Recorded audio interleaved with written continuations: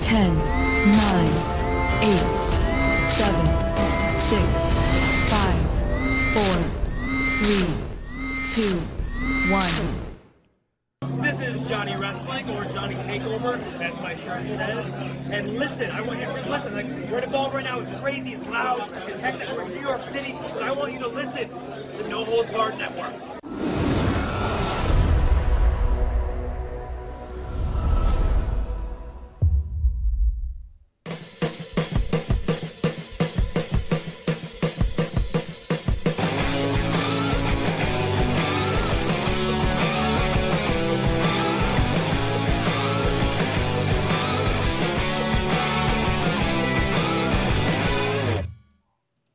What's going on, guys? Welcome to episode number 20 of The Next podcast right here on youtube.com/NHBWR and right here on the No Holds Barred Network.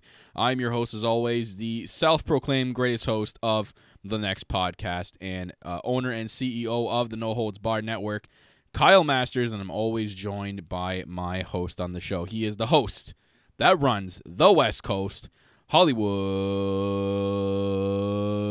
Michael Chow. All right, you are very lucky you nailed that intro for me. Otherwise, like Shane McMahon, I would have made you say it again. All right? Don't make me threaten you. It's best in the world, Hollywood Michael Chow. Yeah, Michael Chow. It's best in the world. Best. Get it right. Ugh. Oh, man. Yuck. Anyways, guys, welcome to episode 20 of the Next podcast. If you're new to the show, this is where we review, give a quick recap to the main roster. See, I botched when I say the main roster's name. And then we review the A brand in our minds, and that is NXT. We're also on this show going to be giving a fast lane review with our main roster recap. And then at the end of the show, we have our ending segment called Rant City, where we have this week's topic of how to book Becky Lynch and Kofi Kingston for WrestleMania. And then we have your fan tweets read at the end of the show. Guys, make sure you are following the podcast on Twitter at TheNEXT, which is located down in the right-hand side of the screen as if you're watching on YouTube.com. If you guys are listening on the go, it is at the NEXT pod on Twitter. You can also follow myself at Real Kyle Masters, which is located actually down below us now with the new layout.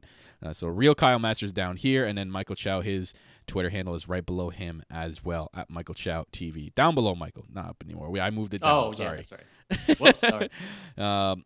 So I don't have it on the layout there. My bad. I forgot to add the graphic there. So I blew it there. We're also available to listen to on Spotify, iTunes, Spreaker, and Stitcher Radio. All those fabulous sources. It doesn't matter. If it's not on the screen, you guys can see it down in the description below. All the links will be there for you to click on and follow. Make sure you are subscribing to us on youtube.com/NHBWR. Title of this week's podcast, Johnny Payback. Oof. Oh, my gosh. You mean they confirmed the pay-per-view Payback for NXT, right? Yes. Like War Games? Yeah, so they're moving Payback to NXT now. And they're going to make it better because they feel like Payback's been slacking on the main roster, hasn't been getting the push it's been deserving and needed. So they feel like they should sending Payback down to NXT to get retooled. So fingers crossed. Great Balls of Fire. NXT presents Great Balls of Fire. Come on. Oh, man. That would be so awful. I'm sorry. But we'll start off with the main roster recap, and I guess we'll get into the fast lane review. Meaning we're going to do this review as quick as we can, in a way. I actually, if we give like our initial thoughts, Michael, I actually didn't hate the pay-per-view for once. This is probably the best Fastlane they've done since its inception. That's not saying much, but I agree. No, yes. But there was obviously parts that were like, meh, like the whole shielding at the end. I actually didn't even watch it. I turned it off before that. I didn't watch it.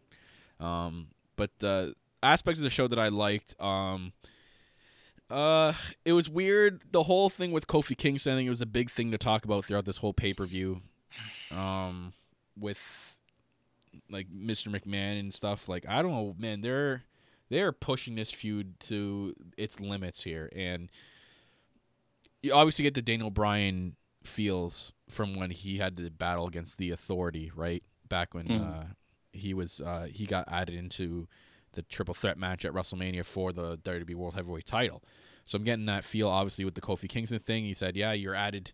You have like, he basically sent them out there, but he didn't really say what his opponents were, and his opponents were the Bar and Cesaro. He was under the impression he was going to be added to the Daniel Bryan and Kevin Owens match, and we find out that that's actually the returning Mustafa Ali. But we didn't even know it was a triple threat match until Craig Hamilton announced it as a triple threat match as the entrants were making their way to the ring. I thought it was going to be Eric Rowan. I'm like, oh, fuck. Now they're going to fuck over Kevin Owens. They're going to fuck over Kofi and Kingston. Now they're going to add Eric Rowan to the match, so Kevin Owens has literally no chance. And even though he still lost, that match was the match of the night for sure, the WWE Championship. That was a sweet match. Even the tag team match was really good. This is hilarious, how good this tag team match. This is probably the best tag team match I've seen on the main roster in a long time, Michael. And if they would just do matches like this, and I tweeted it, so if they would just done matches like this, I would have no problem with this division, and there actually would be a division. Because how do you go to having a match like this with the compete level and the in-ring technician of all these wrestlers to like what you were like a couple of months ago, and when it was dry and bland, and there was literally no tag team division? Like, if they just did every match like this, they would have a division. That's what I'm saying. I think the problem like that is the fact that they keep changing up tag teams. I mean, we've seen it. I agree with you. Not a long time. A+ tag team matches, but the thing is, they keep putting the same guys in there, and sooner or later we get bored of what Revival versus Lucha House Party, and sooner or later we get bored.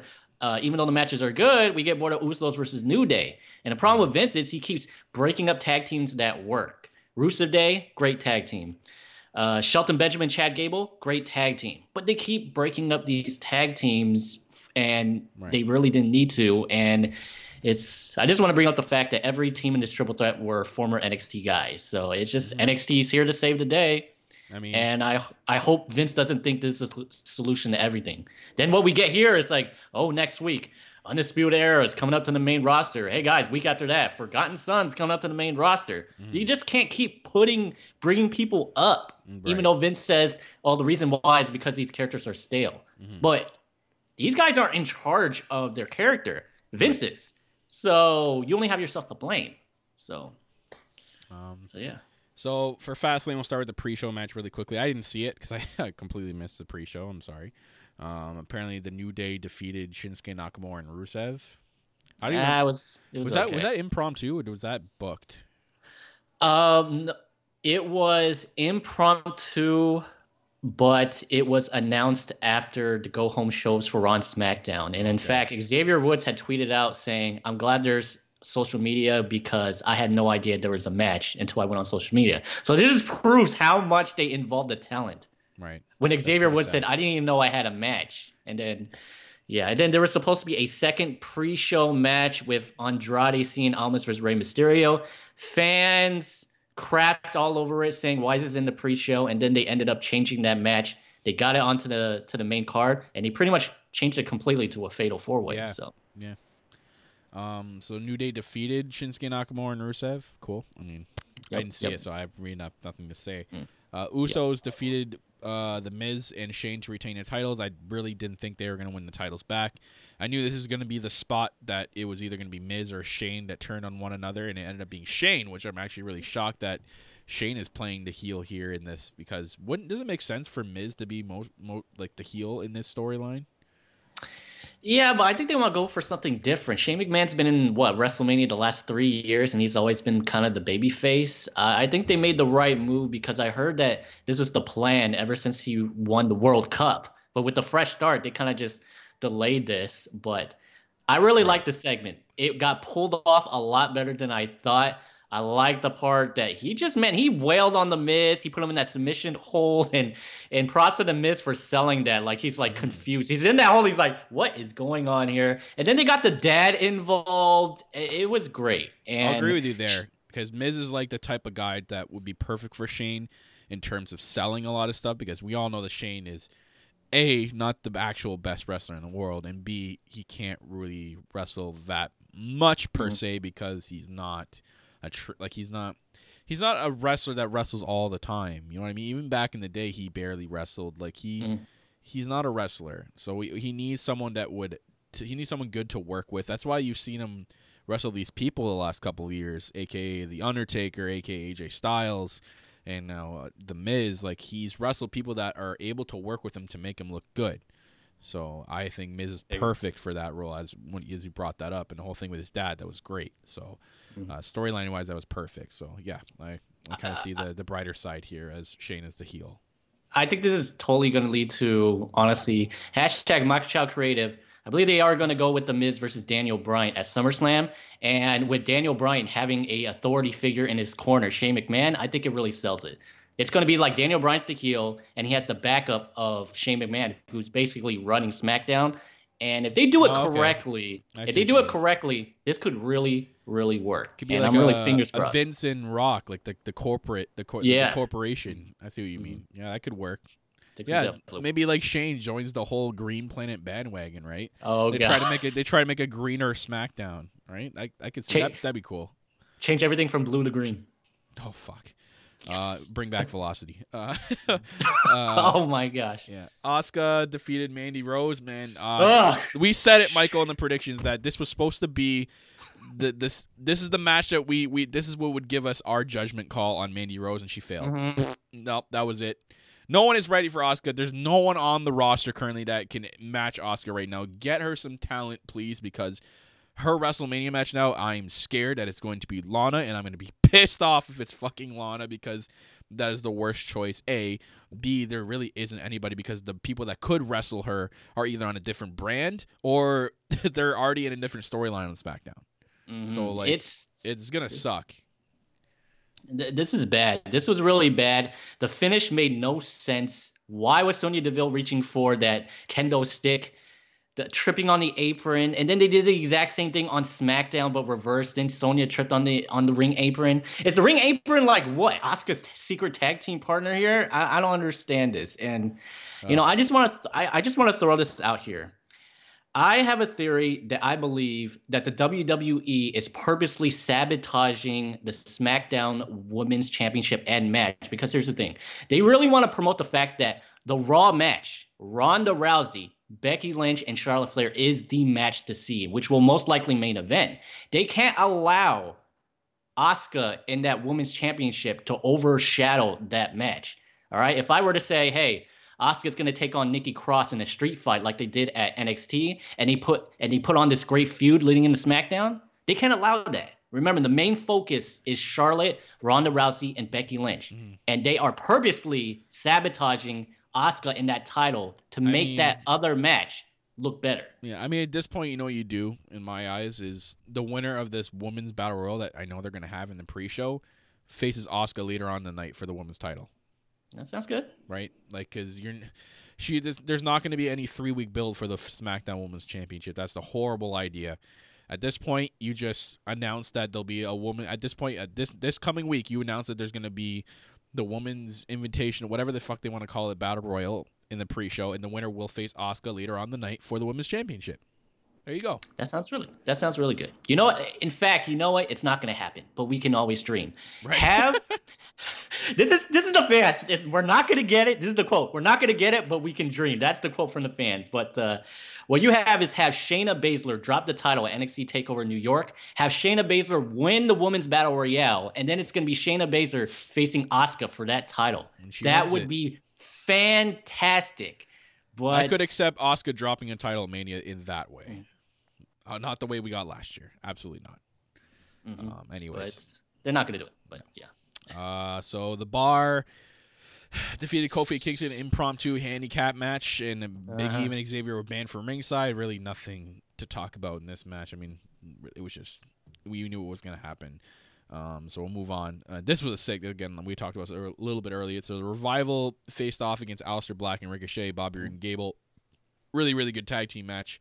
I thought they could have probably gone a little bit longer, but I feel like, man, it's hilarious that how much NXT makes an impact, because every chant throughout this whole match was NXT chants, and Aleister Black and Ricochet, I think, made the biggest impact out of all three teams, and they really showed everybody what these guys can do.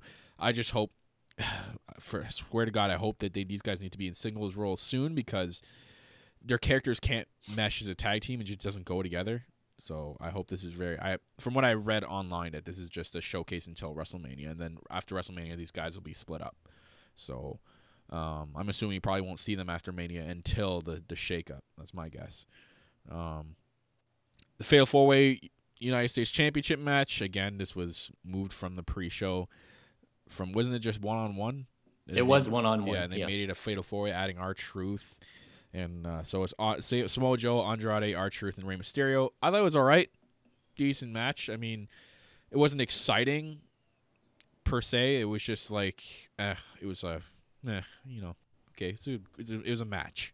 And then Samoa Joe won. I really didn't think there was going to be a title change hands here. I think they're setting up Samoa Joe for a big match at WrestleMania for the U.S. title. I'm hearing rumblings that it could be John Cena, and then I'm hearing rumblings that it could not be John Cena. Maybe they want to do John Cena with something else. So all I read that Samoa Joe is supposed to have a big United States Championship match at WrestleMania, so it's going to be interesting to see what happens with that. Boston Hug defeated Nia Jax and Tamina. Thank Christ. If Nia Jax and Tamina, I was scared, man. I was so scared. I actually thought they're going to be losing the titles to these two. I'm like, oh my God, it's going to happen. But I think they're really strong. I think they're really pushing for Bayley and Sasha to try to boost this tag team division. Why not? These two girls are, great for being a tag team together. You have a sick name, Boston Hug Connection. I mean, it's just it's perfect. So for them to carry the tag team titles into WrestleMania is perfect, especially for the rumored opponents of Team Bestie, Lita and Trish.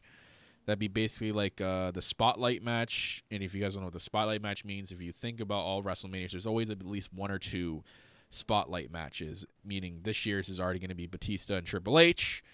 And now if the Super Besties are going to face Sasha and Becky, you think of other WrestleManias, like last year was the John Cena and Undertaker thing. The year before that, I don't think there was a Spotlight match. It was Triple H. Who did Triple H face at 33? Was it Seth Rollins, right? Oh, it was Seth Rollins. So, but Triple H coming back is still considered a Spotlight because he's usually in that Spotlight match. And then 32 was Shane and Undertaker. 31 was the whole NWO and DX thing. You know what I mean? That's what I'm talking about when I say showcase match. So. Oh, I hear you. Yeah. That'll be cool for the Super Best Friends to face each other against Boston Hugs. That'd be cool. I feel like, honestly, they might save that for Evolution if they decide to bring that pay-per-view back, because it's all about celebrating women, and then, Lita and Trish did come back. I still want for some that multi-woman tag team match at WrestleMania with like four other teams. Like, we already have a lot of multi-man matches. Let's cut it out. No, I hear you, but I would like it only if it has to be teams from each brand in. Now, if they were just going like Fatal 4-Way, all the teams are from Raw, that's stupid. But if they were to go like Sasha and Bayley are defending their title, one team from Raw, one team from SmackDown, another team from NXT, that'd be great. I'd be interested. Okay. But yeah, we'll see. We'll see. We had that thing that happened after the match, though. This team might actually be involved. The whole Beth Phoenix and Natalya thing. I think they might be a team. It looks like Beth Phoenix might be coming. There's rumors and rumblings of her coming out of retirement. I think maybe that's going to be a WrestleMania match. It'll probably be those two, Nia Jax and Tamina again, and Boston Hug, like a triple threat tag team match. Multi-man match again. Yeah. She can definitely do it. I mean, honestly, she's in great shape. She's actually fairly young. She's like 35, 36. I just want to throw it out there that Tamina is like 42 and Mickie James is like 37, 39. So Beth Phoenix can definitely come back. So. Damn. WWE Championship, triple threat, Daniel Bryan, Kevin Owens, Mustafa Ali, match of the night. This match was insane. So many crazy spots throughout this entire match. Daniel Bryan with the win with the help of Eric Rowan. Sucks because I really wanted my boy Kevin Owens to win here. But it's going to be interesting to see what the WWE Championship picture is going to be going to Mania. Looks like all signs are actually going to be pointing towards a one-on-one match between Daniel Bryan and Kofi Kingston. So that'll be interesting, man. That's good. The crowd's going to be hot behind Kofi for that match. Oh, my God. Like, we keep talking about Kofi Mania now, man. The pop for Kofi Kingston. He should come out at Mania with his old theme, man. His old Jamaican theme. That would be sick. Come out and do like the boom thing with the pyro. That'd be sweet. I'd mark out for that for sure. Or at least start out with the New Day theme and then transition to his old Yeah. thing. Kind of like it's like symbolism that he's kind of breaking away from the group. So have him come out with the New Day and then play the theme, and then Big E and Xavier basically walk back. It's kind of like symbolism of him breaking away from the group. Yeah, but I love that. Yeah. Becky singles match against Charlotte Flair. We all know this was gonna be. We all wondered what was gonna happen, and what we thought was gonna happen happened. I'm like, fair enough. It just made Ronda Rousey look completely stupid. For one, and two, it made Becky lose all credibility of actually trying to fight her way into this match. She literally had to have Ronda Rousey make Becky get into the match rather than Becky overcoming the odds with her leg injury and beating Charlotte to get into the match. Like ever since the Royal Rumble, they've literally been dumbing down Becky Lynch slower and slower. I don't know why they're doing that. Why wouldn't you ride the wave of momentum with Becky? You know why I think this, Michael? Because I think Charlotte is coming out as a champion in WrestleMania. I guarantee it's going to happen. When Brock Lesnar beat Roman Reigns last year, nothing surprises me anymore. Anything could happen. I just want to throw it in there. I felt like, honestly, creative-wise, #MikeChowCreative, I felt Ronda Rousey should have been the special guest referee in this match of Becky Lynch versus Charlotte. So that would have been good. I'm not pitting. That's not a real move. I'm not pitting it. Yeah, see, that would have been so great. Like Charlotte taps out and then she just turns her head. Yeah. She's like, there you go. So it's like, it would have been great, but sorry. I don't run the place, guys. Sorry. I wish I could, but I can't. So yeah. Sorry. Allergies are driving me nuts. Not because I'm allergic to WWE. I'm allergic to WWE's bullshit, so. Achoo! So the main event, I didn't see it. Michael didn't watch it. It was like a 25-minute match, apparently. But the Shield beat Corbin, Lashley, and McIntyre. Surprise, surprise, in their last ever, quote-unquote, tag team match. Cool. Oh, last time ever. Cool. Sure. Like, all I have to say is cool. I really have nothing else to say about that because I don't care. I don't know what their plan is going to WrestleMania. I don't know what's going on. We all know that Seth Rollins is going to face Brock Lesnar. Who knows what's going on with Dean Ambrose and Roman Reigns? Why do I see like Roman Reigns going one-on-one with like a Drew McIntyre or something like that? That's just cool. You know. Well, Drew beat up Roman this week on Monday Night Raw. Could happen. Then he beat up Dean. It'll piss off a lot of Roman fans. That's a pre-show match right there. I'm just saying. I can't believe you did that. Dude's got cancer. Can't believe you beat up cancer. Hey, it'll be the most viewed pre-show match ever. I'm just saying. You want eyes on the pre-show? Put Roman Reigns in there. You know his legion of little like cretins are gonna follow him into the pre-show. I'm just saying. You know, guy, you can take my ideas for free, WWE. I'm just saying. You want eyes on the pre-show? There's your idea. Me too. We'll work for merch, WWE. Give us some merch. Me and Kyle will work for free. No problem. We'll write the shows way better for you than your 30. There you go. Room full of 30 monkeys in there. I don't know what a freaking pencil is. So. There you go. Hey, we'll start for the bottom. Me and Kyle will write for main event. How easy could it be, right? Wow. EC3, lose. There you go. That's how Vince has been booking it. That sounds good to me. By the way, I feel so bad for EC3. By the way, he's been appearing every week on main event, and not only is he appearing on main event, he's been losing. Sorry, EC3. Wait, is this for real? No, this is for real. I've been wondering where he is, and I knew he was DOA, but I didn't think he was DOA that bad. He's been appearing on main event almost every single week, and he has lost to Apollo Crews. He's lost to Tyler Breeze. I don't understand why he's losing, but he's getting the initiation by Vince. Lose, lose, lose. I don't get it. That's really, really freaking bad, man. Like, that guy is just... How do you... I don't understand. The guy's got, like, a perfect character, and it's new, it's different, it could work, and they're like, nah. You know what? And it goes back to what I tell everybody that people choose not to believe it. Vince doesn't watch NXT. Clearly, if he watched NXT, he would know how to use them. Anyways, the Raw this week wasn't that great either. There was the special Shield reunion, blah, blah, blah. Finn lost the title to Bobby Lashley, which means I'm guessing that they're going to be doing a rematch at WrestleMania, and there's already rumors that the Demon might be coming out at WrestleMania. Of course, it's the almighty Bobby Lashley. Finn can't take on Bobby Lashley. You need Demon Balor. Braun Strowman wrecks a car and conveniently does that in the same week that a toy comes out of him wrecking a car. It's the exact same car, by the way. I'm not the exact same car as the toy, but it's looks exact same. Oh my gosh, it's stupid. I didn't watch Saturday Night Live yesterday. They said Braun Strowman was supposed to stop by. If anyone actually still watches Saturday Night Live, let us know in the live chat or tweet us if Braun Strowman stopped by. But I don't watch that show because it's cringe.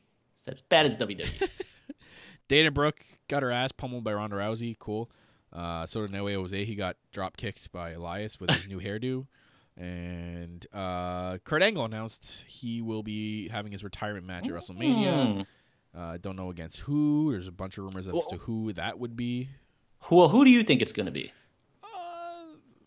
I could see John Cena. That's the other rumored John Cena match at Mania. So either that or, God, like I can't think of anybody. I can't think of anybody but John Cena because there's no one on the roster right now that would make sense for Kurt Angle. For me, it's got to be Nia Jax. Come on. Intergender wrestling. Come on. Okay. Okay. Well, I want to say because Kurt Angle is actually my favorite wrestler of all time. John Cena makes the best sense because Kurt Angle was his first opponent on the main roster. It makes sense. A complete circle going around. It'd be so great if John Cena came out in his like wrestling tights again to come and mimic their first match out again. As the prototype. Yeah. Oh, that'd be great. Play the music. It would be great. So fingers crossed. Man, Kurt Angle can still move. He's been losing a lot since he's been back, but I feel like him focusing this is the last match ever, he might actually steal the show. So I'm telling you, Kurt Angle's gonna bring the full Kurt Angle experience. It's gonna be great. This is actually one match I'm looking forward to. Yeah, so. I'm glad this is his last match, and I hope he goes into like he'll probably take some time off. Maybe he comes back as like a trainer in a performance center or like a backstage role. I think the guy still has some knowledge that the business could utilize. So I don't think it's the end for Kurt Angle after his last match from WWE. Batista with his stooges of personal security guards came out and confronted Triple H, really sort of on the stage, I guess. It is announced at WrestleMania and agreed to a hashtag shout out to the podcast no holds barred match at WrestleMania. You're welcome, by the way, WWE fans. So Batista, Triple H will be in a no-holds-barred match at Mania. That'll be kind of cool to see. I think, obviously, with Batista still in shape and Triple H like still in shape, man, this might actually be a decent match. We might get like a flashback from 2005 here. So, I for two old guys going at it, a lot of people don't like it. I mean, a lot of people say, "Oh, it's not, give some time to the future people." Like I even used to be one of those people to say that. This match, I don't mind for these two to go at it at WrestleMania. I won't mind this because the storyline's been good. I think these guys can still move, and if it's a no-holds-barred match, I think we're going to get a cool... I mean, everyone loves no-holds-barred matches. Like, no rules, weapons, and shit. That's exciting. That's the entertainment factor I love about matches like that. So I'm glad these two are going to go at it, and I pray to God it won't be. Probably not, because, it's WWE, but because we've been getting edgier television, I hope there's blood. Probably not, like, bladed, but, unintentional bleeding. So we'll see what happens with that. I feel like since it's no holds barred, I feel like other people are going to get involved. Wouldn't surprise me if Ric Flair, crazy enough, maybe even Randy Orton and who else here? I don't know. DX. It's always DX. So DX is probably going to be down there. Yeah. But I stand by my word. To push this feud, I would seriously love to see Batista go down to NXT and like beat someone up. William Regal, for his instance. Because we all know how much NXT means to Triple H. It would be great to break the fourth wall and see Batista, even if Batista makes an appearance at NXT TakeOver New York. Or like says, Triple H, I'm here. They have like a camera in the gorilla position of NXT, and then Batista like attacks Triple H in the gorilla position. There's this like big war, something like that, or something. I like the first idea of Batista attacking somebody. That'd be cool. He can attack Buchenhagen. Buchenhagen can be in the ring, just jamming out, and Batista comes out and just whoops his ass. Oh man! Oh, you know what? Oh my gosh! You know what would have been so great if they didn't announce Tommaso Ciampa was having surgery. If Batista it shows Batista backstage, he's laid out Tommaso Ciampa. The same thing he did to Ric Flair, the behind the door. Yes. Yeah. You say, you see, Hunter, I know how much NXT means to you. I just took out your main champion, and that's only a taste of what I'm going to do to you at WrestleMania. Huh? That's See, my Batista impression that sounded like Hulk Hogan, guys. see, So there WWE, you all go. you have to do is pay us merch, and we're giving you gold. Dude, Here. We're giving you gold, like free gold. this is so good. In the live chat, what you guys would like to have seen that it would explain why Tommaso Ciampa is got put down. It would have been so great. So YouTube, put in the comment section down below, tweet us. Do you like our ideas? Yeah, Hashtag NH No Holds Barred Network NHB creative. Yes, for WWE. Don't contact us. So we'll see. Move over to the blue brand, SmackDown, Shane McMahon and his World Cup trophy. God, I didn't think I would ever see that thing again, but we did. Oh fuck, it's so bad. It's great though because he's a heel and he's gloating about it. So that's the perfect way to gloat about it. So it would be cringe if he was a babyface and he had him carry that around. Usos had a really cool like penitentiary looking promo and they called out the Hardys and they said some pretty crazy shit in their promo. Like it was very dark.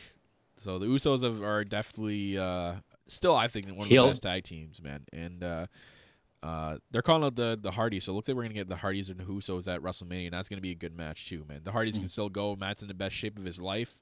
Dude, I'm all for that. Makes sense. Brother versus brother. So. Yeah. And speaking of them, they teamed up with the Ricochet and Black team to face the Bar, Nakamura, and Rusev. Didn't see the match. I assume it was okay, and I'm assuming the Hardy Boys and Ricochet and Black got the win.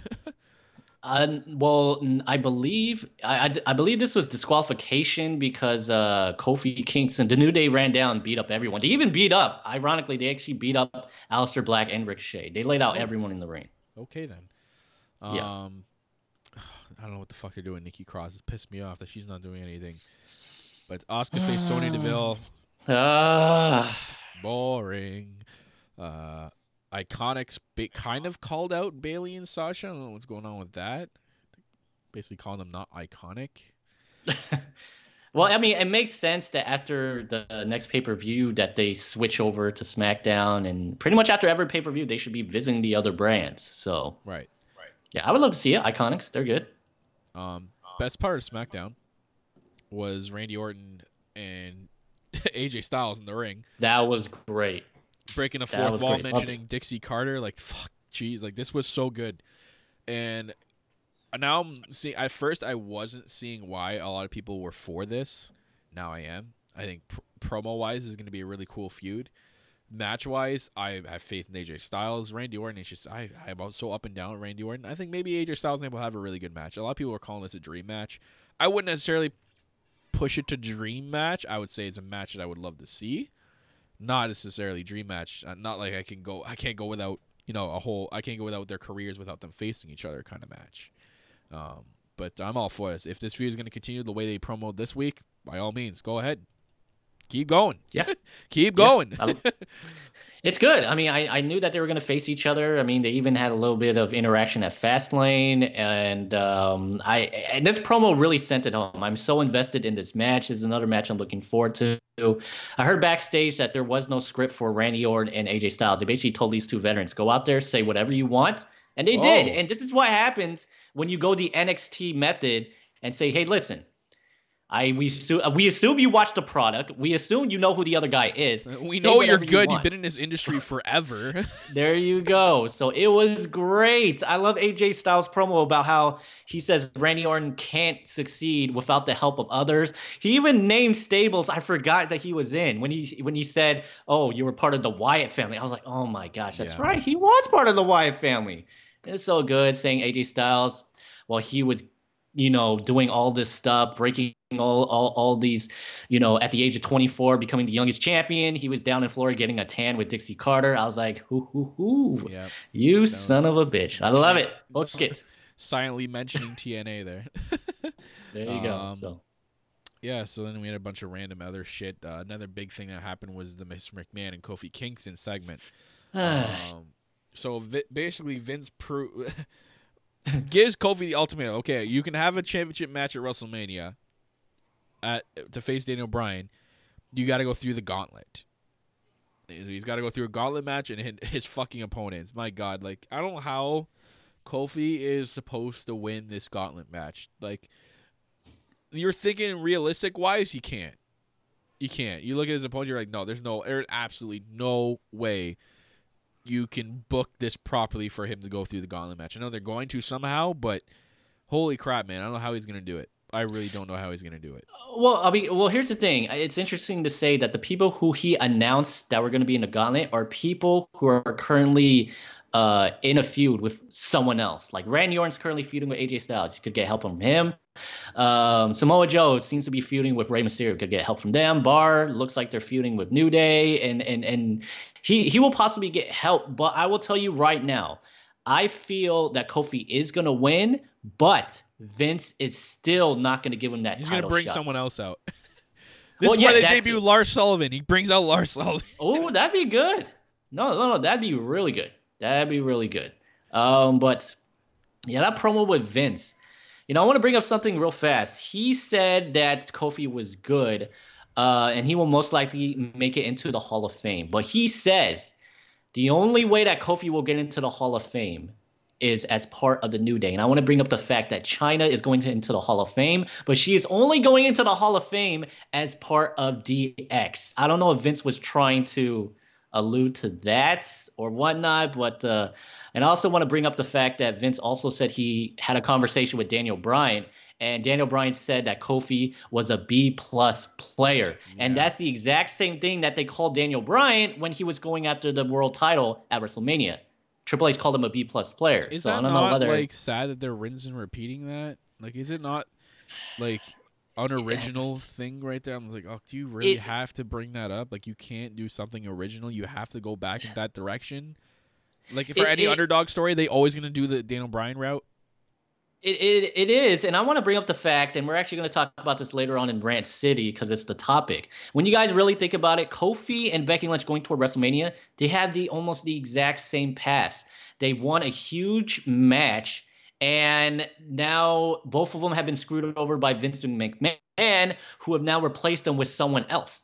The fact that they had to have the exact same storyline on one place with the males and the exact same on the other place with the females, it is... Right. I don't get it. And that's why we're going to talk about this later on in Rant City on why they are so randomly coming up with all this random garbage when they could have just gone with the most simplest path, which we will talk about later on. But yeah, and there's no explanation of why Vince keeps screwing over Kofi Kingston. Is it because Vince is a racist? I don't know. Is it because it's Black History Month? I don't know. But whatever.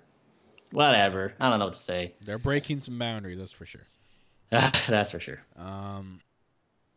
So, we'll see. I mean, we're getting a couple of weeks to WrestleMania. Hoping they step up a little bit, but so far, so semi-good. What has been good so far for one part of NXT TakeOver New York is NXT, and this week's show, May 13th, we were highlighted by the Dusty Rhodes Tag Team Classic. 4 teams remain in Dusty Rhodes Tag Team Classic. Cool intro to start the show with the War Raiders and basically running down each team and basically saying at the end that doesn't matter who wins it, none of them are ready for war. So, good one. I thought it was a pretty interesting and cool intro. So the first match we got right off the bat was Mustache Mountain and the Forgotten Sons, Blake and Cutler. Forgotten Sons working on Seven's leg throughout the match. You remember the history of, they brought it up on commentary of Trent Seven's injury with the whole thing. They brought up like Tyler Bate and remember that whole thing with Tyler Bate and Trent Seven against the Undisputed Era where Tyler Bate had to throw in a towel, so they're working over that leg, doing their homework on Trent Seven. Big spot by Tyler Bate doing a double airplane spin, and that's so much strength. You have to realize it takes a lot of strength to do a move like that. Like, especially because the size of Tyler Bate, the guy is really, really strong for his size. So this was a really cool spot. The ref temporarily got blinded when they were trying to set up their finisher. Riker attacked Bate, rolled him into the ring, and then Trent Seven got pissed at that, tried to do an outside dive, ended up getting kneed in the face. Forgotten Sons hit their finisher, and they win. Forgotten Sons are in the finals. Oh, my God. Did we not call this? We did call it because we didn't think it was gonna happen, but it's miraculously happened. I mean, Triple H, he sees something in this guy and these guys. I thought it was weird that Jackson Riker has not been a part of this. I thought they would exercise the Freebird rule. the Freebird rule and keep exchanging each other out. But hey, well, there you go. Forgotten Sons will soon be just sons because no one will forget them. That's what they're gonna happen when they get to the main roster. Vince is gonna drop the forgotten name. Oh God! Yours should be called Sons. Sons. They're my sons. So we had a little Matt Riddle backstage segment, and this is interesting because we don't know. Like, the title pictures are sure to change hands in some way, and the title pictures are, like I said, they're sure to change in some way with the recent thing with Tommaso Ciampa. So backstage we had Matt Riddle with Kathy Kelly being asked about the Velveteen Dream segment about last week. Basically, I just want to come out and say hi and take a closer look at that championship belt. Adam Cole comes in pissed off as all hell, interrupts some things that is actually, Adam Cole's time to wear that belt, and that's undisputed.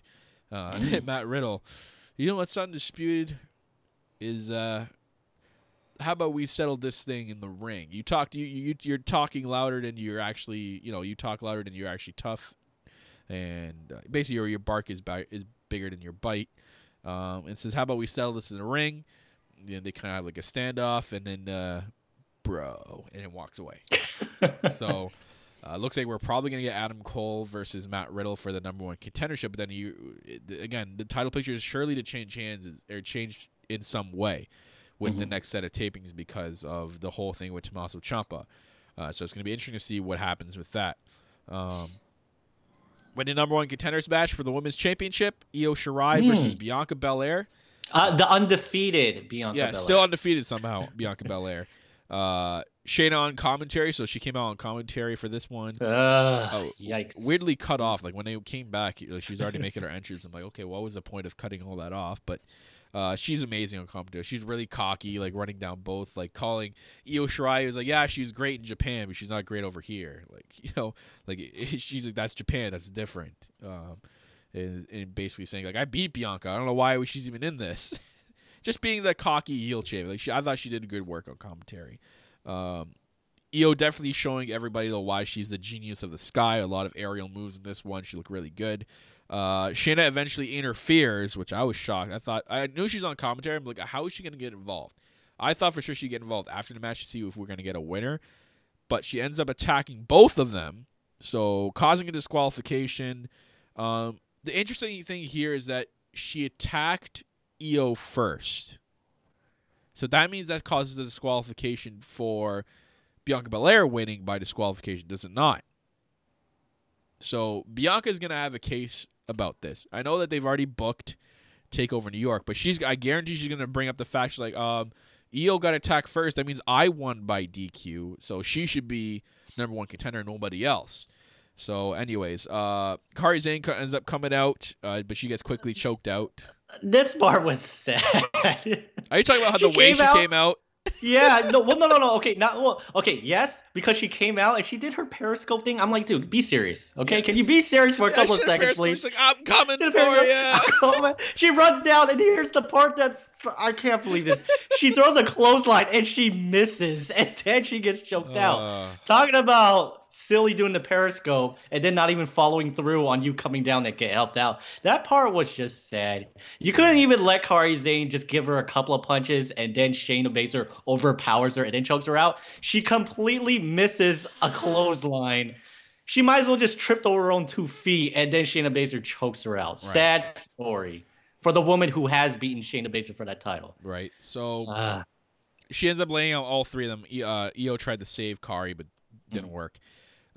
She gets interviewed outside by Kathy Kelly, and it basically says, like, there's no reason I did that. They all deserved it. No one deserves my championship title. So as she's walking away, Kathy Kelly goes, well, I just received word by William Regal. Somehow she got the news so fast.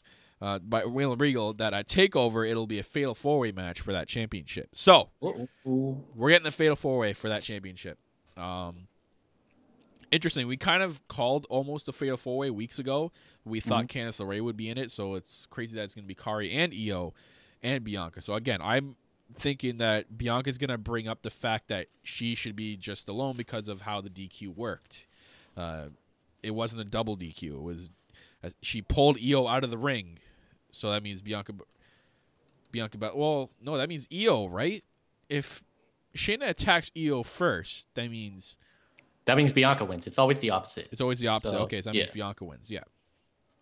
So, we moved on to the main event. So this is a really quick episode of NXT. So we moved. They kind of briefly showed and highlighted for next week's highlighted match of Djokovic and Keith Lee. So we kind of have that next week as well. I'm kind of looking forward to that, seeing what the end result is. Or are they going to have another fuck finish and take over? They're going to have another match. Ricochet and Black versus DIY. I was pumped for this match. I just, with all four of these guys in the ring together, you know you're getting a well chemistrated type of match, and we surely got that. We got an unreal match. Again, like I said, the chemistry between these guys are amazing. There was a one spot where Johnny hurt his knee, so he was, quote unquote knee injury. That's going to come important in a few minutes here.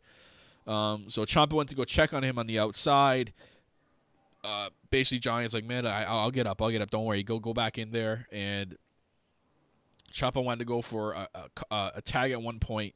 Saw that Johnny was still on the ground, still selling that knee injury.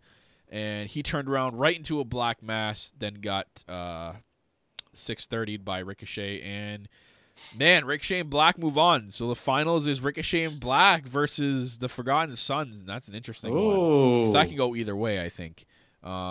So after the match, Johnny's still selling the injury on the outside. Candice LeRae ends up coming out, and Ciampa comes out to help him up. So there's like a feel-good moment there. They're helping each other up. They're going up the ramp, and already before it even happens, I'm like, oh this my God. Looks familiar. I'm like, this something about this looks too familiar. I'm like, this is interesting. I'm like, so in my head, I'm thinking of like 8 different scenarios that's about to happen.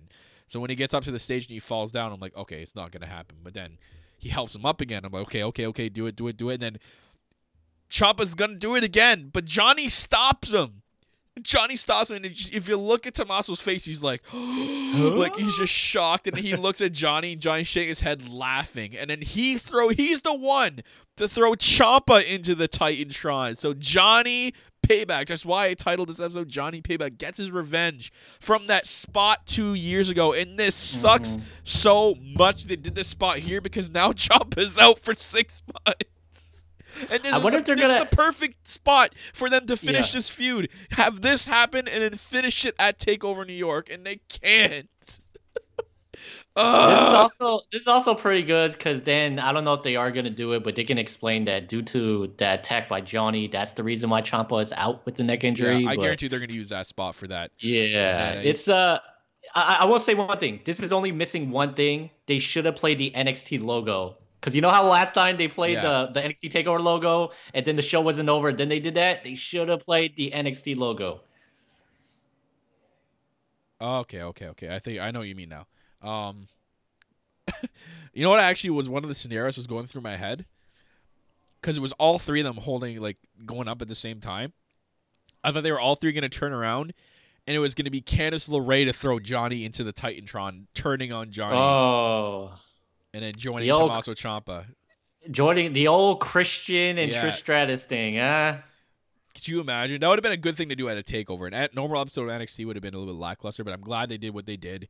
But Gargano finally getting his revenge. Johnny Payback. And now it's going to be interesting, because next week is a new set of tapings, Michael. This was the last of the set of tapings. So next week is going to be a huge episode of NXT. Not only with the big match with Lee and Djokovic, and not only not the finals. The finals of the Dusty Rhodes Classic is going to be in 2 weeks, so it's not next week.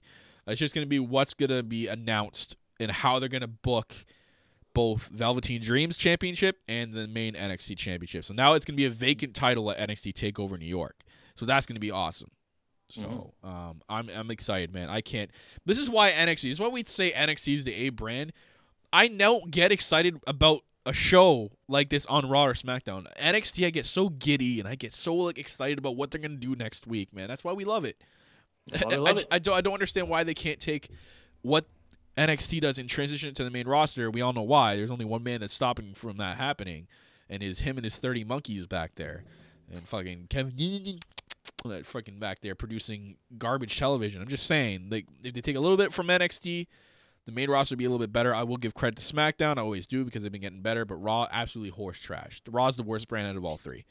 It is. Yeah. And it's the longest, so how ironic. Goes from 3 to 2 to 1, as in the shows.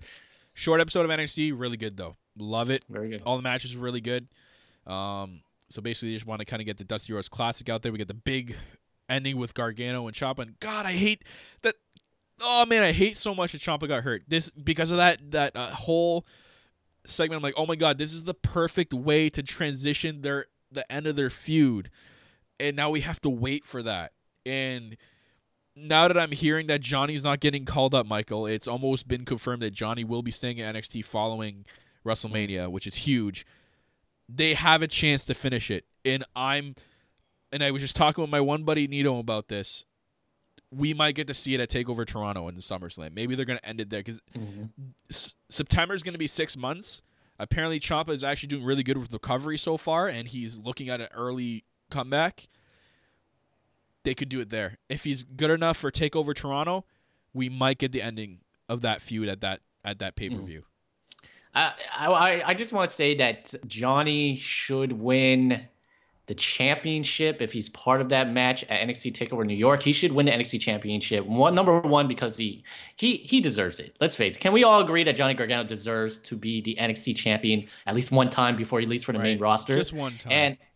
And if he does, that's a perfect explanation on how you explain why Johnny Gargano is no longer on the main roster. You can be like, oh, he's the champion, so the champion stayed on that brand. You know what I mean? You could be like, I know we advertised that Johnny Gargano was going to move up to the main roster along with Ricochet and Aleister Black and Tommaso Ciampa, but since he won the title, he's obligated to stay in NXT. Maybe they give him the option. Maybe they do a little thing with like a little footage with Willie Miro, like, Johnny, I knew you're the champion, but we got two options here. You can either relinquish the belt and go over to Raw or SmackDown, or you can stay here in NXT and be the champion. Can I just say I love your British accent? And then he chooses he chooses William Regal, or he chooses NXT, and that just makes the crowd fall in love with him. They do like an in-ring thing, not even backstage. This is all in-ring, and there's two contracts. There's the main roster contract. There's NXT's contract, and then he signs the NXT contract, and the crowd goes freaking nuts. I would love it if Johnny doesn't even say anything. He just laughs out loud, smacks the table, laughs out loud, and literally just grabs the NXT contract. Laughing the fact I'm not going up to the main roster. Man, that'd be great. And he rips up the main roster contract.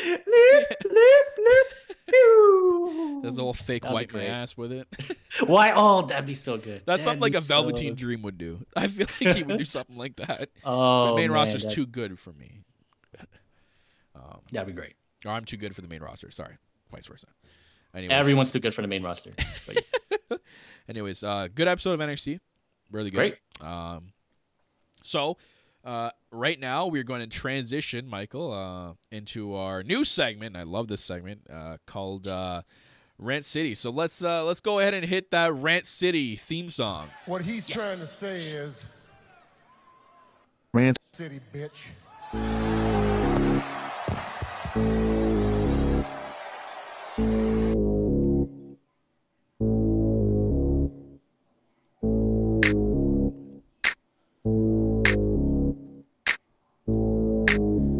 That's right.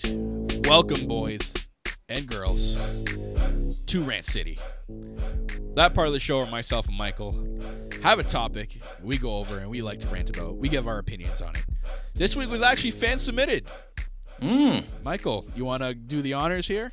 Yes. So this week was actually fan submitted by one of our faithful fans, Datila. And that just means that, guys, if you're listening right now, whether you're listening on speaker radio or whether you're listening on YouTube, watching us live right now, you yourself can be part of the show. All you have to do is add us on Twitter at TheNEXT.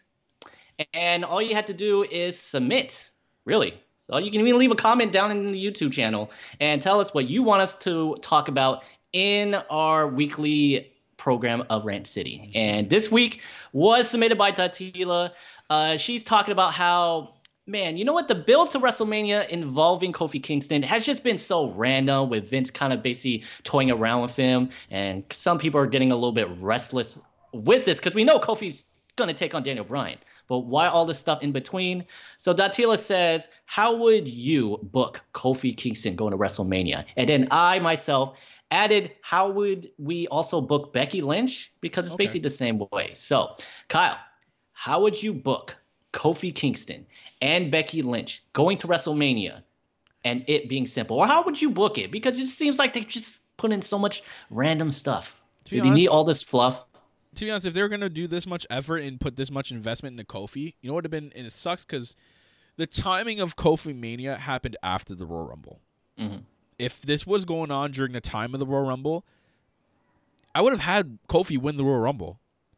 That would have been so out there. That would have been probably would have started the hype train for Kofi Kingston.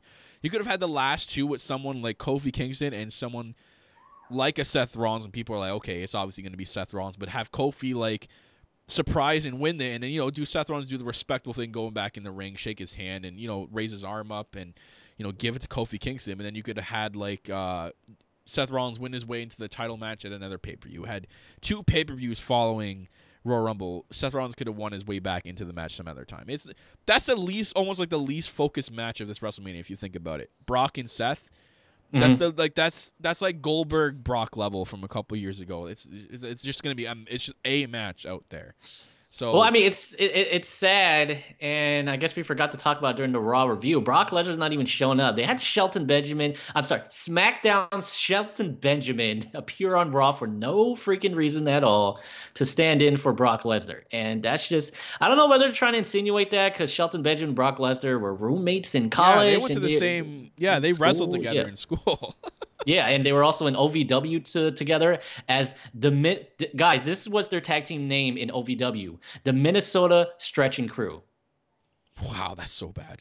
That is so bad. Well, it's OVW. Come on, it was like 2003, so but that's bad. That's bad. But yeah, it's one guy's not appearing, and for the other guy, let's just say he's the second in line of who they want to push in the Shield. It's Roman Reigns all the way. So I mean, Seth is just getting the wrong end of the stick, sadly. But yeah, so yeah, you heard it from Kyle. That's how he would book Kofi. Well, I mean, I would add to it too. They can still do what they're doing for Kofi with Vince McMahon putting all these challenges ahead of him, and that's what they do. He's won the Royal Rumble, but Vince McMahon says, okay, yeah, you won the Royal Rumble, you get your chance, but the road to WrestleMania is going to be difficult for you. You got to go through all these obstacles for you to truly be the number one contender, because clearly they don't give a fuck about who wins the Royal Rumble and if it means anything. So why not go in that direction? And I feel like they could have done that than a Seth Rollins. When Seth Rollins won, we were like, yeah, we know this was going to happen because no one else was really going to win. If they had done Kofi, it would have been unexpected out there, would have been nuts. People would have gone right behind Kofi. You know what I mean? Like the opportunity was there. It sucks just like the Kofi Mania thing kind of started after the Rumble. But I would have booked it in the Rumble anyways. To me, that just... It's another pick that's out there. It wasn't obvious, It's a better way than what they're doing now, in my opinion. My right now, it's just all over the place with the additions of Kevin Owens and Mustafa Ali in there. It's just these people are kind of getting lost in the shuffle, and really it's not fair to them for a WrestleMania build because obviously the main focus is Kofi Kingston, and a guy like Kevin Owens should be pushed into that main event spot regardless. So yeah, you know what? That's why I felt so bad. I mean, the Fastlane match with Kevin Owens versus Mustafa Ali versus Daniel Bryan, it was a great match, but the crowd was dead silent. They were chanting, "We want Kofi," and they were shitting all over this match because they don't like when Vince McMahon fucks with the WWE fans. And I'm sorry for cursing, guys. We should have put a little thing at the beginning saying, explicit. Watch out for suggested language. But it's the fans don't like to be trolled, and they don't like to be trolled by Vince McMahon. Vince trolled the fans by throwing Kofi into that handicap match right after Vince said, okay, you're going to be in it. You're going to be in the triple threat. And fans don't like being trolled by Vince himself. And what happens? They retaliate by taking it out on a match, like a quality match, like Kevin Owens versus Daniel Bryan versus Mustafa Ali. And I felt so bad. That was a good match. And I tweeted about that too. Match. I'm like, it's too bad the storyline is projecting the fans to do something else because this match didn't get the crowd attention it deserved because it was actually a really good match. And for the main roster, that's saying a lot for me, who's a huge NXT mark, and how I feel about NXT and takeover type matches. That could have been a takeover match right there, man. That now would have stole the show. So it just sucks that, you know, storyline wise, Kofi Mania took over. So, and it's again why I picked that I would have booked him to win the Royal Rumble. So that's how I would have booked Kofi Kingston. I hear you. And how about Becky Lynch? Do you agree with the direction that they went? Because that kind of went all over the place. It was good. From the Rumble on, it was good. It's just, again, like I said earlier in the show, from the Rumble till now, they kind of been dumbing her down. I don't know why they're doing that. It's just, it's weird. She's getting overshadowed by, they're featuring Charlotte more, and that's why I keep saying that I think Charlotte's going to win now. They're featuring too much Charlotte when the feud that's going to sell, and that is selling, is Becky versus Ronda one-on-one. It's a shame that they're making Becky look so small and insignificant because, like, she's basically the one that started all this beef and the one that's looking like a badass and looked like a badass on Twitter at the beginning. Now they kind of transitioned it to Ronda and just Becky just like tucked her tail in, and they did the whole thing at Fastlane where Ronda basically put Becky into the event instead of Becky winning her way into it, just like she had to win her way into the Rumble. She put herself in the Rumble, but she won her way because there were still multiple people left in the match, including a Nia Jax she had to get behind to win the Rumble. So, to me, like, I would have gone in the same direction. You would have, in my opinion, Charlotte's out. You would have made the Fastlane match, winner of that match goes to face Ronda one-on-one at WrestleMania. You could have included Charlotte up until then, and then have her lose, or I think maybe they should have done this at Elimination Chamber a little bit earlier. That way Charlotte can get into another feud for WrestleMania early enough that it would make sense. Should have been Charlotte versus Asuka again. Yeah, that again, I literally was just about to say that. So after Elimination Chamber, Charlotte goes on to do something with Asuka, and then Becky and Ronda build from Elimination Chamber, and you know it would have been good because what we got so far since then is perfect. Again, this is the money feud at WrestleMania, is Ronda versus Becky one-on-one. Adding Charlotte, in a heartbeat, I would take her out. So that's how I would book Becky. Very good. All right, shall we go to... Okay, so... How would you, Michael? Well, thank you for saying it, Kyle. Opinions matter. Opinions matter. So my complaint about this, and I assume Datila's too, and a lot of the fans, is that sometimes simple is good. Kyle, would you agree that sometimes simple is good? That it seems like WWE is always trying to do stuff the hard way. Like they sometimes think way too hard about and that's what booking their storylines. That's what happens with some storylines. They put too much effort into it when they could be doing the simple, easy route. But it's like they back themselves into a corner almost all the time. They always again, like you just said, they think too hard. They tried a bunch of different, not even different. They try some things and then they always revert back to the recycled stuff. And again, they back themselves into a corner that way. I mean, for example, Randy Orton and AJ Styles promo on SmackDown solidified that match. It's now must-see, and people love it. Just by doing one simple promo, got fans invested into it. Right. Now, why can't they do that with Becky Lynch, Ronda, and Charlotte, and Kofi, and Daniel Bryan? Well, they decided to do things the hard way. So how I would have booked it is, let's go ahead and start out with Kofi. It doesn't need to have all this wraparound. Vince did not need to be involved in this at all. And if you had to do it, the simplest way is, since Seth Rollins, a guy from Monday Night Raw, won the Royal Rumble, all you have to do is they did this for Eddie Guerrero a long time ago when they booked him going into WrestleMania for the WWE title. All you got to do is say, since a Raw guy won the Royal Rumble, how SmackDown's going to determine their number one contender for Daniel Bryan at WrestleMania is we're going to have our own Royal Rumble here on SmackDown. 15 people, have Kofi Kingston come out as number 2 or 1, and then him battle out through the entire Royal Rumble, the 15-person Royal Rumble. Have him do some type of amazing spot, because you know how he does those Royal Rumbles amazing spots. And then there you go. He's in WrestleMania. That's all you had to do. I don't like all this other wraparound. Vince continuously screwing Kofi over, saying you got to do all this. You have to go all that. You know, I'm saying you have the title, and then I'm not saying you're having the title, and this and that. Simple is good. Kofi winning the SmackDown Mini Rumble, coming in at number 1 or number 2, and that's it. Going to Daniel Bryan. Okay. The fans have already invested Kofi Mania into this. So why does WWE feel the need to feel like the fans are not invested. You know what I mean? I hate when you do It's that. almost as though. I thought we listened to the fans. We're gonna listen to you guys now. You guys are the authority. We're listening to Yeah, you. it's Sure you I are. don't Sure you are.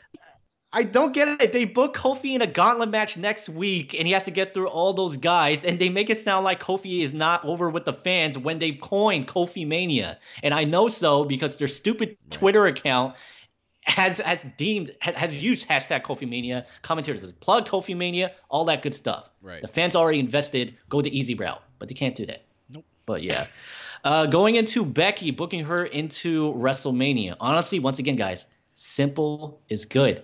Becky Lynch won the Royal Rumble. That should be her going straight into WrestleMania.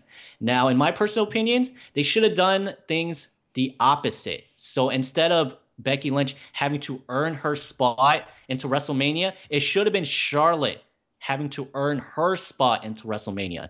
Now, with all of this stuff with Ronda Rousey, breaking kayfabe, breaking the fourth wall, and saying that, oh, wrestling's fake, all this other garbage and whatnot, right? Yeah. Here's what you do.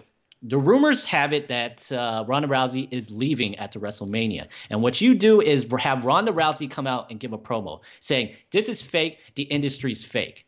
But what's real, because it's fake, what's real is after WrestleMania, I am leaving. And not only am I going to beat Charlotte and Becky Lynch in this stupid industry, in this stupid business, and crap all over your wrestling industry, I am going to leave WWE. And after WrestleMania, I'm leaving with their belt. Kind of like the whole CM Punk situation, right? You know what they should do? Since they love rinse and repeating, have Ronda win the belt at Mania, bring a trash can and pull a whole Lunger Blaze. Dump it in and say, bye-bye. I'm out of here. There you go. Yeah. There you go. Do it on the next night on Raw. Oh, my God. Oh, my God. That would... she would get... good. legit heat. Like, she would get so heated on for that. Oh my God. That or would be she great. already is. Like, she got like people. You guys got worked with her whole promo thing. Yeah. She got so much hate. I'm talking about like not like legit hate. She's gotten people who didn't know it was a work hate. People like legit saying like she's bad for the industry. I'm like, guys, she cut like the most real promo since CM Punk. And when CM Punk did it, you didn't bat an eye. Because Ronda Rousey did it. Oh, no, fuck her. You know what I mean? Like, I hear you. Like, literally, Vince, like, he called Stephanie an idiotic daughter-in-law and doofus son-in-law and the rest of his stupid family. And he says when Vince McMahon dies. Yeah, and like he made fun of the bully campaign, calling Vince McMahon the biggest. He made fun of their bully campaign. He got Yeah. cut off that time, but he gave another promo where he called out the bully campaign. Yeah, But like that's breaking eighth wall. You can't like that's something there to be loved to promote, saying they're always anti-bullying. They always want to support that. He's saying that it's bullshit, and Vince McMahon is actually the biggest bully in the world. Well, I do want to bring up the fact that on live television on the show, they never actually brought up her rant. The most that they will do is say, oh, Ronda Rousey had some choice words for the fans, but they have never actually replayed her video. It's because they don't want to break kayfabe too much, even though they literally did. But she can do it. Yeah, but I don't think they don't want to like mention it too much. I mean, they already got in hot water for doing what they did, and I commend them for doing that. I just think that, you know, you don't want to mention it too much. You don't want to go overboard. Like WWE's exposed the business before, just like they did with this. They just don't want to keep going overboard and keep, you know, tilting the boat over. They just kind of want, okay, we took a little dip. Now let's go back to reality. We do this they do it once in a while. It's not the first time they've done this. And big props for Ronda, dude. She knows she's gonna take time off, and she's working with this. You know what I'm doing? She's doing the best she can, and she wants this to work, and it's working. Guys, it's working. You guys hate her. If she hated it and thought it was fake, she wouldn't be here in the first place. Exactly. She would have just stayed in the UFC. Like, oh no, UFC is real. I know so. She got knocked out, but I'm surprised no one else has brought that up. Becky or Charlotte be like, well, the last time you were in something that was real, you got knocked out. But it's yeah. So going back to what I was saying, the fact Ronda promoting the fact that when she went to WrestleMania, she's going to leave with that belt. This is where Vince McMahon gets involved. He goes, you know what? Since she threatens to leave with this belt at WrestleMania, like I thought Bret Hart was going to leave with that belt, I don't believe that Becky Lynch can get the job done. This is why Vince McMahon brings in Charlotte and says she's the one who's going to make sure the title belt stays. She's the woman who I pick to win the title off Ronda Rousey, make sure that title stays. But Becky Lynch says, but I won the Royal Rumble. It should be against me. And that's when Vince books the match and says, tell you what, Charlotte versus Becky Lynch. If Charlotte wins, this is the opposite. If Charlotte wins, then she gets added into the match. And I brought this up earlier. I said Ronda Rousey should be the special guest referee in this match. Totally mess around with both people during the match. And since Ronda Rousey has that feud with Becky Lynch when Becky Lynch brought up her husband, photoshopped his head on her arm like a penis, this is the part where since she's the special guest referee, at one point in the match, she basically beats up Becky Lynch. She beats up Charlotte, and she drapes Charlotte over Becky Lynch's body. Counts 1, 2, 3. She gets her revenge on Becky Lynch because she beat her up, and she puts Charlotte in the match because she goes, I'm going to beat up Becky. I'm going to beat up Charlotte, and it doesn't matter who you send after me. I am leaving WrestleMania, and then I'm going to lead this business with your title. There you go. There you go, guys. Hashtag No Holds Barred Network creative. Dude, I loved when the whole CM Punk thing, that was amazing. Like, I knew at that point it was storyline, but I loved the way they did it back then. It was just so good. And that match with John Cena was actually, that's still in, like, I'd say my top 20 matches of all time. If anyone's ever haven't seen John Cena versus CM Punk at Money in the Bank in Chicago, that match is sick. I'm pretty sure that match got a 5-star by Meltzer too. So like that match was like, it was such a good match. Like I went back and watched it again. I'm like, oh my god, like this match was like so good for its time. Exactly, and it's so crazy because you didn't know who was gonna win, and because CM Punk vowed that he was gonna leave the WWE with that title and leave, you almost said, well, it's pretty predictable that John Cena's gonna win, right? There's no way that Vince McMahon's gonna allow CM Punk to leave with that title, right? And I love the ending. He was gonna pull a Bret Hart and do it, and then Cena gets out of the ring and clotheslines John Laurinaitis. Yeah. I'm now doing it this way. Great. I'm gonna win it my way. Gets in the ring, gets GTS. That's it. There you go. And guys, fun fact, if you didn't know, CM Punk legitimately did not re-sign his contract with the company, and he actually re-signed his contract. Till that night. The day of Money in the Bank, he actually re-signed his contract. So I just want to throw this out there. We think Dean Ambrose is leaving. He has yet to sign his contract. By the way, I just want to throw it out there. The Usos have not re-signed their contract. Yeah. AJ Styles has not re-signed his contract. But guys, this is leverage. They want more stuff. They want more money. I can't argue with that because I feel Styles is too professional humble. wrestlers are underpaid. But yeah, Styles got a bunch of buddies too in AEW. Yeah, I feel like he's way too humble of a man and too much of like a guy to just jump ship like that. Even though he's done it in the past. At this point in his career, I mean, he's done everything. He just kind of wants to be secure. I think that's why there's a holdout with his contract. He kind of wants a little bit more security for his future and his family. Absolutely, so yep. That's probably the holdout for that is. I mean, guys, here's the thing. AJ Styles is going to be turning 42 years old this year. And WWE, whether you love it or you hate it, or whether you hate working for it, it is the place to be. It is the biggest wrestling industry in this world. And it is the best place, honestly, to retire. They will take care of you. They will give you a job in the back somewhere. And if anything else, AJ Styles, he can just work a part-time contract. He could work a contract like Chris Jericho working, or Brock Lesnar. Yeah, exactly. Working whenever you want. AJ Styles says he wants to go part-time starting next year to spend more time with his family. He's got my respect. Yep. He deserves it. One of the hardest working guys in this business. Wants to spend more time with his family? Let him. Yep, so there you go. For sure. Yeah, so that's pretty much how we would book both storylines going into WrestleMania. I think we did a pretty good job, better than I think kind of what WWE is doing. Excellent. But again, we can't. We'll just have to wait, see how these storylines in real life do progress to Mania. Mania is only a couple weeks away. We do have a couple of tweets from Datila. She puts thoughts on Gargano turning on Ciampa. Such a shame. Ciampa suffered a neck injury before the conclusion of this storyline. Yes, exactly. That's what I said earlier. My God. Oh, it's a shame. Again, like I said, Datila, I love that they did an ending like this today. I just wish that Ciampa wasn't hurt, but I think that they're gonna do something around TakeOver Toronto time. But this is I love the ending. I love the ending of NXT. It was great. That was so perfectly done. She puts, I also wanted to wish you and Michael a happy Stone Cold Day. If you guys didn't know, today is 3/16, Hey! March 16th, 3/16 day. Another excuse to drink a day before St. Patty's Day. Happy 3/16 to everybody else. If you guys do want to tweet into the show, all you have to do is tweet at TheNEXT. Use the hashtag AskTheNEXT, NEXT, and tweet us anything throughout the week. We will read it on to the next show. Even if it's on the weekend, you come up with something you want to tweet at us really quickly, just give us a quick tweet, and then we'll read it on the show.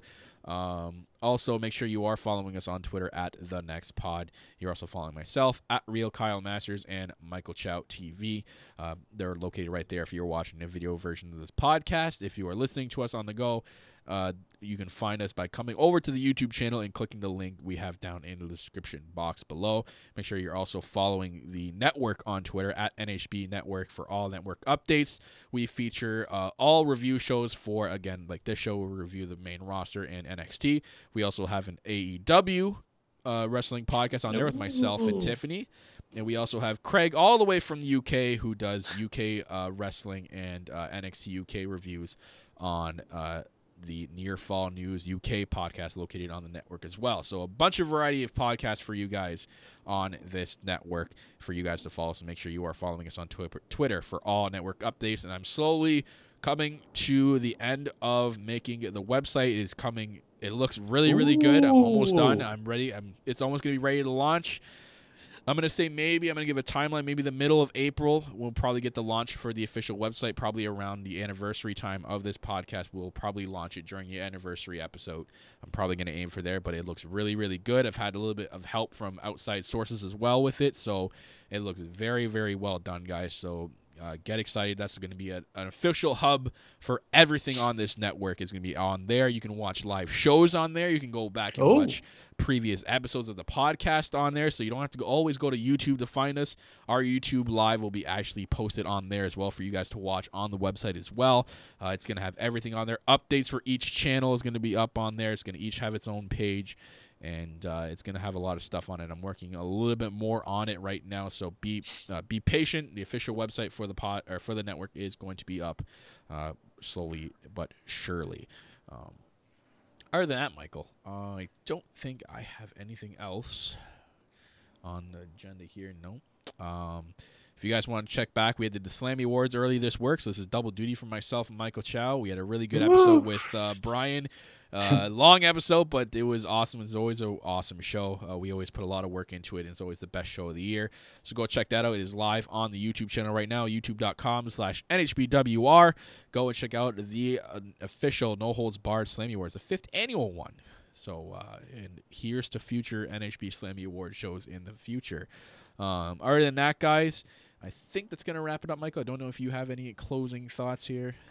No, that's pretty much it. Just real fast, I do want to bring up, I did kind of mess up. I blew it during the Slammy Awards when we were doing the prize giveaway. I blew it, but no. For anyone who actually caught it, it was a split 2 seconds, but I actually drew someone's name, and then I actually messed up and drew someone else's name right after that. So I decided to be nice, and I actually awarded both people the prize giveaway. I'm nice, guys. Oh, yeah. So, good. Hey, we do not – hey, guys, just so you know, we don't get paid for this podcast. We are not monetized. We go – and we both have full-time jobs. Yeah. We do this because we love the sport, even though we hate the main roster. We do it all for you guys, and we just enjoy doing it. And I just – it's great. I've been listening to No Holds Barred since for close to 4 years now, and it's extremely grown. Yeah. It's been a great podcast, and I can't wait, dude. We're expanding to a website, so are we gonna have our own network channel?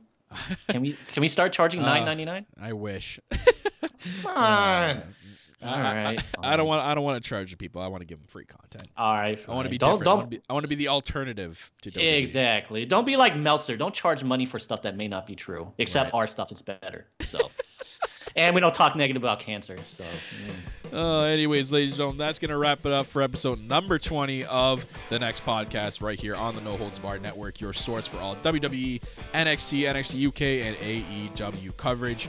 You can go check everything out on Twitter at NHBN or NHB Network. You can also follow the podcast on Twitter, The Next Pod. You can follow myself at Real Kyle Masters. Follow my co-host at Michael Chow TV. And guys, I'm your host, as always, of the Next Podcast, the self-proclaimed greatest host, Kyle Masters, always joined by my co-host. He is the host that runs the West Coast, Hollywood Michael Chow. And guys, we'll see you next time for episode number 21.